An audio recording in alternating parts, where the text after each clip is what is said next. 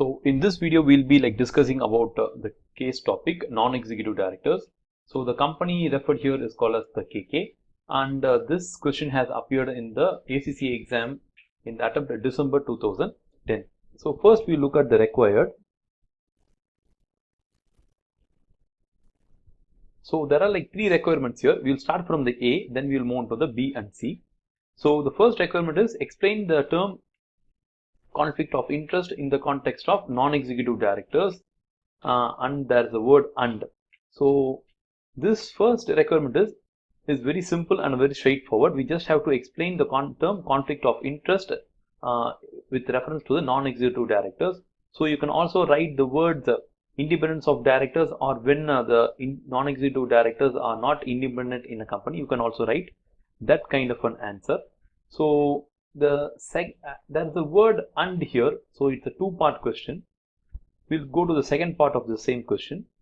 Discuss the potential conflicts of interest relating to KK and Soria Supplies if John Soria were to become a non-executive director of KK Limited. So this question just asks you tell why Mr. John Soria cannot be appointed as a non-executive director, and it's not a good practice. So if you take in terms of mark allocation, the first one part of the question gets 3 marks mostly or roughly, and the second part of the question would get some around 5 marks. So we have to write 3 points for this and another 5 points for this. So we'll start the question from here. So whatever is referring to the first part of the question, the conflict of interest of Mr. John Soria being appointed as a non-executive director, that we'll mark it in red. So we'll start. KK is a large listed company. When a non-executive directorship of KK Limited became available, John Soria was nominated to fill the vacancy. John is the brother-in-law of KK's chief executive, Ken Kawa. So that is the first violation of a good practice. So executive directors are appointed to criticize the strategy, the policies, the decisions of the executive side of the board. And when some kind of a brother-in-law or a blood relation have been appointed, there is no kind of a unbiased criticism can be given. So this kind of relatives are usually to be avoided in a corporate governance situation or when being appointed as a non-executive director.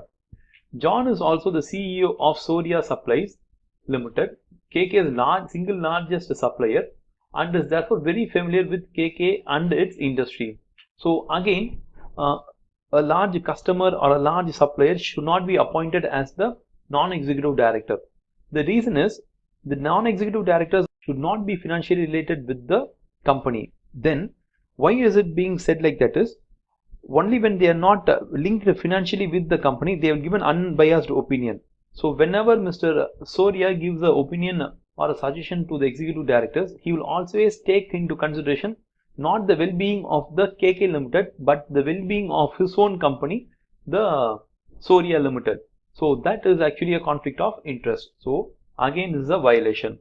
He has sold goods to KK for over 20 years and is on friendly terms with all of the senior officers in the company. So again, this seems to be wrong. It's not that being friendly with senior officers is wrong, but they won't criticize the policies of the executive directors. So independent directors should do this, and when people are very friendly with each other, this is not going to happen. In fact, last year, Soria Supplies appointed KK's finance director, Susan Schwab, to a non-executive directorship on its board. So this word I have marked it. So this is cross directorship. Cross directorships refers to the executive director of one company will be appointed as a non-executive in another company. Sorry, the executive in another company will be appointed as the non-executive in this company. So there is a kind of an X kind of a relationship. So that is called as a cross directorship. So this should not be allowed. The executive directors of KK all know and like John, and so plan to ask the nomination committee to appoint him before the next AGM. Actually, this seems to be another violation.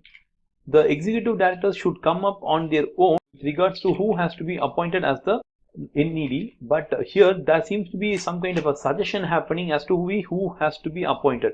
So this is like a gross violation here, and this should not be happening.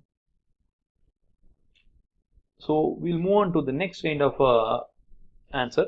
So I hope that we got 5 points here. So first point is brother-in-law is a violation.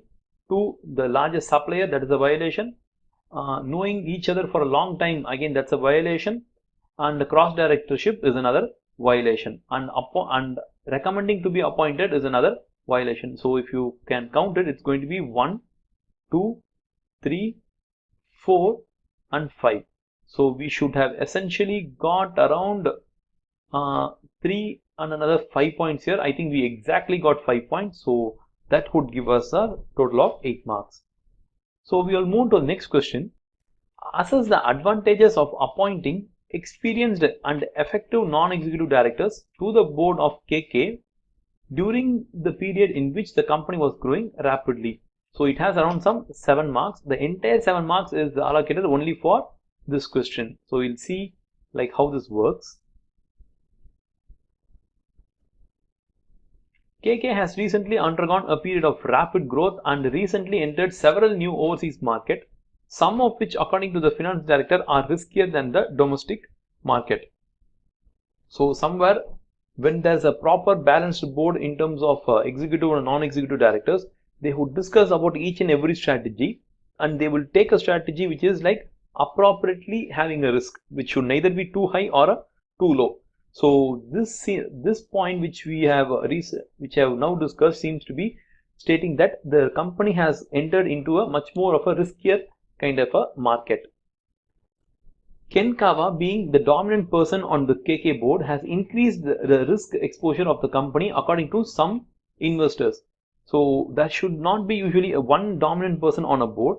The power of the board should be split among the various executive and non-executive people. So this seems to be actually bad. They say that because most of the executive directors are less experienced, they rarely question his overseas expansion strategy. So it's very direct. They are less experienced, so they can't speak anything against the CEO. This expansion has also created a growth in employee numbers and an increase in the number of executive directors, mainly to manage the increasingly complex operations. So there are like two problems here. The company seems to be like outgrowing its original model. So there is a need for more non-executive directors to come on the board, because increased complexity has to be tackled with more number of non-executive directors. Not in the terms more, but more of a senior or an experienced person who would be ideal for a non-executive director position for this company. But what has happened is there has been a growth in the number of executive directors, mainly to manage the operations of the company. So this would have led to the unbalanced board, where the non-executive directors are less and executive directors are very high in nature. So what happens is, in terms of any voting or anything, the executive directors would clearly will take over and win kind of a voting process. So that seems to be again wrong.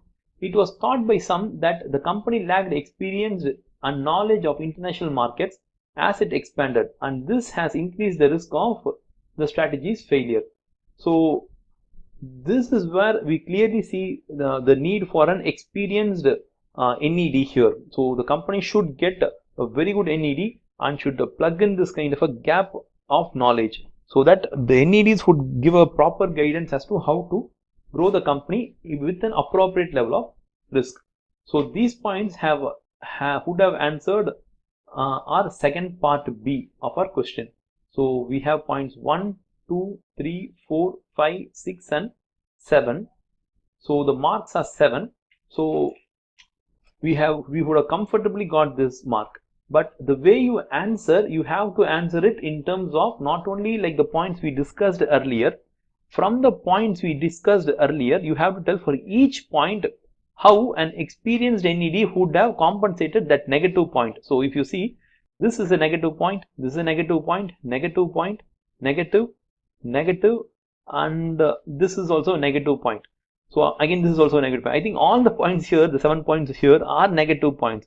So you have to write it in terms of how these negative points would be countered by a experienced NED if the company appoints an experienced NED. So you have to write the question in that manner. So now we'll move on to the third part of our requirement. So the third part of our requirement is explain the typical contents of best practice corporate governance report within an annual report. So for this, to effectively answer this part of the question, we should know like what are the contents in an annual report refers to the corporate governance. So you download an annual report and just check for yourself what are the various corporate governance informations which are given.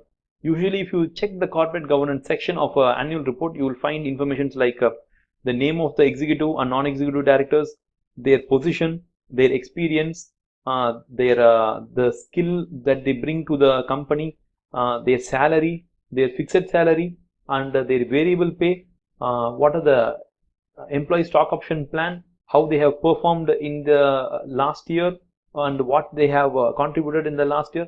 You will find a lot of information about the structure or the board members.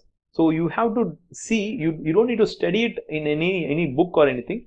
You just download any good annual report, something like a Nestle company's annual report, and you can look at it. So that this part of a question I think would give you around some 5 marks, because there's a key word that we always have to follow, that is called as and. Okay, so and how its contents could help meet the information needs of Finbrun. Okay, so what is the information that has to be given in the annual report with regards to corporate governance, and how it will help this Finbrun. I don't know what's Finbrun, we'll just check it out on the top. So anything which is related to the corporate governance in annual report section, that I have marked in as green. Okay. As a large listed company, the governance of KK is important to its shareholders. Finbrun is one of KK's largest shareholders and holds a large portfolio of shares, including 8% of the shares in KK. So this is about an institutional shareholder, and this company is a very large company. They have around 8% of the shares. So 8% is a very high number of percentage in terms of a company. At the last AGM, he complained to KK's chief executive that he needed more information on directors' performance. So he wants a report on about the director's performance, and he has also complained regarding that. Finn said that he didn't know how to vote on board reappointments because he had no information on how they performed in their jobs. Mr. Kama said that the board intended to include a corporate governance section in future annual reports to address this and to provide other information relating to what shareholders had asked for. He added, however, that he would not be able to publish information on the performance of individual executive directors, as this was too complicated and actually not the concern of the shareholder. It was said that the performance of board as a whole that was important, and he would manage the performance targets of individual directors. So what the Finbrun wants is more disclosure about what happens in the company. The CEO says that he will not publish any information about the individual executive directors because it's very complicated to find how they have performed. So this is a very contentious issue here. If he gives the information about executive directors and how they have performed, it would add much more value to the company. If he is not going to give this kind of information, this would lead to even the selling of this 8% of shares, which would lead to a fall in the price of the company's shares. So as a policy of corporate governance, it is better to give the performance of the individual executive directors in the public, so that institutional investors have an idea about whether to reappoint these people or not. So even they should have a consideration, or they should have the power to make a decision based upon the information which is being given. What the institutional investors are asking is very right, and the CEO has to oblige to it, and he has to give the individual performance report of the executive directors. So this information which is required by Finbrun will help them to make decisions as to whom to vote for reappointing and whom they should not vote for reappointing. So we will definitely get around some 5 marks for this part and another some 5 marks for this part. Okay, even though this seems to be very small, we'll still get some marks here, because we have discussed about the general corporate information and the general corporate governance information and also the performance information here. So for the general information we'll get some 2 marks, and for the performance analysis we'll get another 3 marks. So we'll comfortably get the 5 marks reserved for this part of the answer. So thank you very much for watching this video. We'll meet in the next video.